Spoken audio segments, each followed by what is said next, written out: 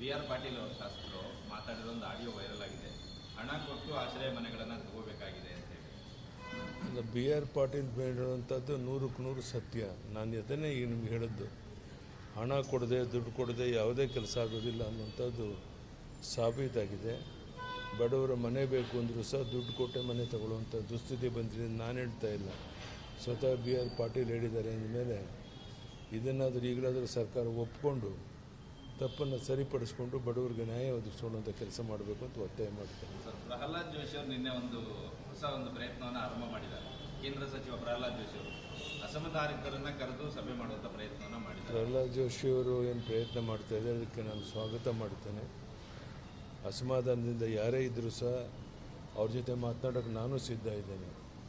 ನಾನು ನಿರ್ಧಾರ ಮಾಡಿದ್ದೇನೆ, ಆದಷ್ಟು ಪ್ರತಿನಿತ್ಯ ಬೆಳಗ್ಗೆ BJP ಆಫೀಸಿಗೆ ಬಂದು ಮಧ್ಯಾಹ್ನದವರೆಗೆ ಇಲ್ಲಿದ್ದು ನಂತರ ವಾರಕ್ಕೆ 1-2 ಜಿಲ್ಲೆಗಳಿಗೆ ಹೋಗಿ ಬರಬೇಕು ಅಂತ ತೀರ್ಮಾನ ಮಾಡಿದ್ದೇನೆ.